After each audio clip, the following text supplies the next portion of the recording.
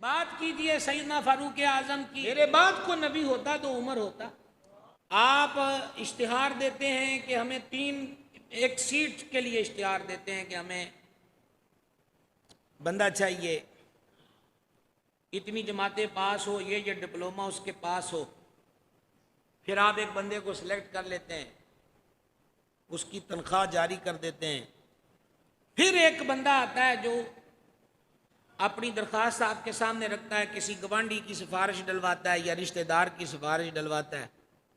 آپ اس کے documents check کرتے ہیں تو آپ اس کو کہتے ہیں بھائی جی ہماری سیٹ کا جو معیار ہے تمہاری تعلیم اور کورس وغیرہ تو اس کے مطابق ہیں، لیکن سیٹ خالی نہیں ہے، سوری، پھر کوئی ویکینسی خالی ہوئی تو ہم تمہیں پہلی ترجیح دیں گے، سیٹ خالی نہیں ہے۔ یہ مثال صرف مثال کے لیے ہے، تشبیہ کے لیے نہیں ہے۔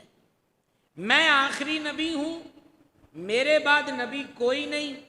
میرے بعد کوئی نبی ہوتا تو عمر بن خطاب ہوتا۔ وجود عمر اور ذات عمر میں وہ خوبیاں ہیں، وہ عدل ہو، انصاف ہو، عبادت ہو، ریاضت ہو، صداقت ہو، پاکیزگی ہو، للہیت ہو، خلوص ہو، من کی صفائی ہو، تمام اوصاف اس قدر موجود ہیں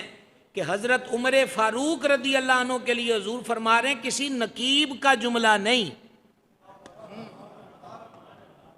میرے بعد کوئی نبی ہوتا تو عمر ہوتا۔ اور شان کیا پائی؟ فرمایا پچھلی امتوں میں محدث ہوتے تھے،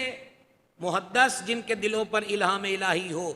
میری امت میں اگر کوئی محدث ہے تو وہ عمر بن خطاب ہے۔ اور ساتھ ہی مولا کائنات شیر خدا کا فرمان بھی سن لیجئے، حیدر کریم فرماتے تھے ہم یہ کہا کرتے تھے کہ عمر کی زبان پر فرشتہ بولتا ہے۔